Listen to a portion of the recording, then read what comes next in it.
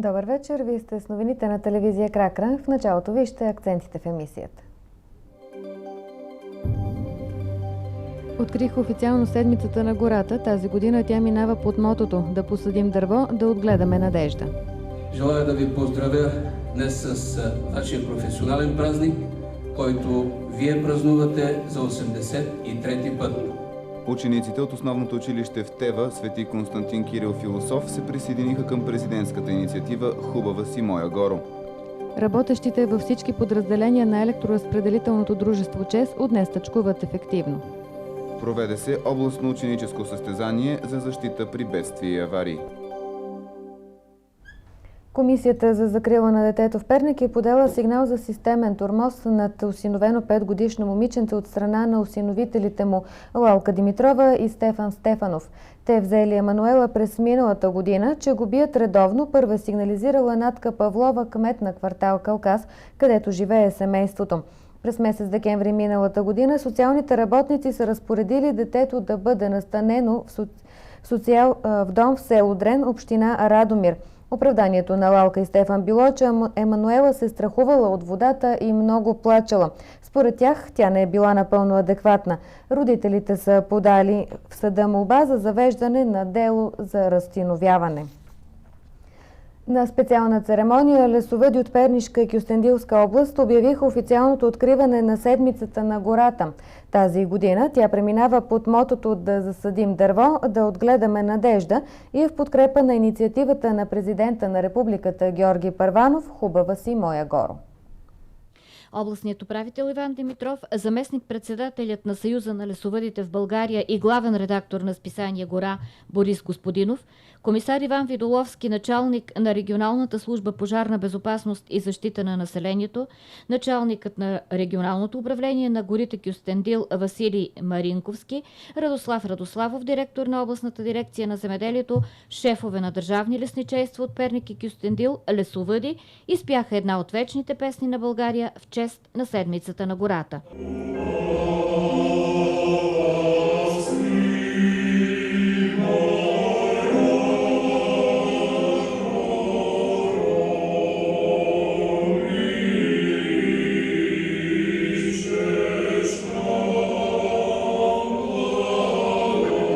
Найден Димитров, директор на най-голямата дърводобивна фирма, поздрави колегите си с думите: "Пернишките специалисти и труженици има с какво да се гордеят. На фона на непрекъснатите реформи в областта на горски отрасъл, Пернишката колегия доказа, че е способна да издържа на всякакви трудности и да запази своята цялост в името на българската гора. Областният управител Иван Димитров честити на гилдията празника, като подчерта, че именно заетите в сектора са с най-голям принос за съхраняване и поддържане на зелените екосистеми. Желая да ви поздравя днес с вашия професионален празник, който вие празнувате за 83-ти път. Още през далечната 1925 година, на 16 юли, с указ номер 49 е обявен Ден на горите. А през далечната 22 година, така неофициално се празнува празника като Ден на дървото. Областният управител говори и за новите изисквания на Европейския съюз, според които сме длъжни да намалим с 20% серния диоксид и да увеличим с 22% възвръщаемите енергийни източници. Тези задачи стоят пред вас, лесовъди, и вярвам, че ще се справите успешно с тях, каза губернаторът. От своя страна горските служители удостоиха с почетен знак областния управител за неговия принос в опазването и възстановяването на българската гора. Учениците от основното училище в Тева, Свети Константин Кирил Философ, се присъединиха към президентската инициатива "Хубава си, моя горо". Днес в двора на просветното заведение бяха посадени 30 фиданки. Люляк, ясен, бор, явор и липа ще красят училищния двор в Тева. Фиданките са предоставени от Държавното лесничейство в Брезник. В залесителната акция днес се включиха заместник кметовете на община Перник Иванчо Христов и Боян Боянов. Дръвчеза Седи и Евелина Любомирова, началник сектор образование в администрацията. В училището има СИП по отглеждане на екзотични декоративни растения. Младите еколози ще поемат грижата и за новите насаждения. Това бе поредната залесителна акция в Пернишко просветно заведение, която се осъществява в седмицата на гората. С подкрепата и прякото съдействие на кмета Росица Янакиева в събота предстои жителите на квартал Тева да продължат залесяването. Те сами са направили списък с предложения за по-приветлива околна среда. Нови 300 широколистни дръвчета ще растат върху стария табан в квартала. Кметът на общината Росица Янакиева, областният управител Иван Димитров и народните представители от Коалиция за България Ангел Найденов, Ненко Темелков и доктор Симеон Василев призовават жителите на Перник да засадят 301 дръвчета между блоковете с номера 98 и 100 в пернишкия квартал Тева.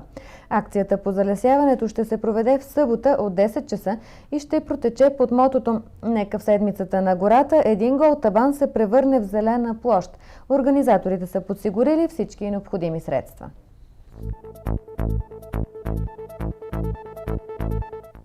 Протест за незаконно застрояване на национален парк Карила ще се проведе утре от 18 часа и 30 минути на площад Кракра. На този ден в цялата страна ще се организират подобни шествия. Духовното сдружение Бяло братство и Пернишка екоорганизация са инициатори на утрешния протест. Ще бъдат изложени материали, показващи последствията от такива големи агресивно строящи се проекти.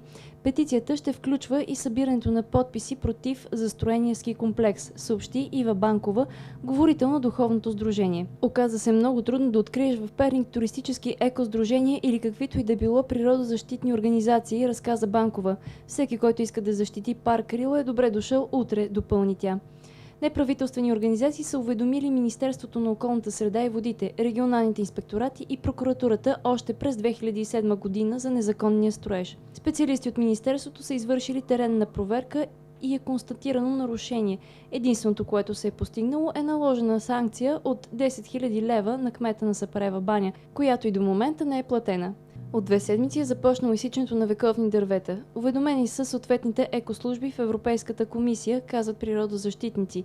Смятаме, че този проблем може да се реши на национално ниво, без да се стига до наказателни процедури към България от страна на Европейската комисия. Категорични са екозащитници. Тестените закуски, които се дават безплатно на учениците от 1 до 4 клас, ще могат да бъдат заменяни с плодове. Това предвижда одобрена от правителството промяна в националната програма и в плана за по-пълно обхващане на учениците в задължителна училищна възраст. За да се насърчи здравословното хранене, приемът на прясно мляко ще бъде разнообразен с млечно-кисели продукти.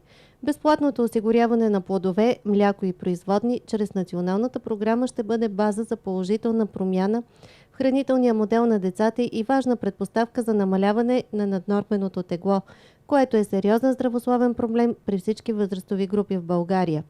За предоставянето на различни видове здравословни закуски, плодове, мляко и млечно-кисели продукти ще бъдат разработени седмични менюта от Националния център по опазване на общественото здраве и Националния консултант по хранене и диетика. Отговорни институции за прилагане на програмата ще са училищата и детските градини с подготвителни групи, които имат делегирани бюджети, а за тези, които нямат, общините. Те сами ще могат да избират доставчиците и да сключват договори с тях. Програмата се финансира от централния бюджет. Сумата за 2008 година е около 17 милиона лева за цялата страна. За осигуряването на мляко и млечно-кисели продукти вече могат да бъдат получавани и средства от Европейския съюз чрез Държавен фонд земеделие като разплащателна агенция по европейската схема училищно мляко. Планът за по-пълно хващане на учениците в задължителна училищна възраст се реализира от 2005 година чрез 2 модула. Следва информация за курса на основните валути. Валиден за утре.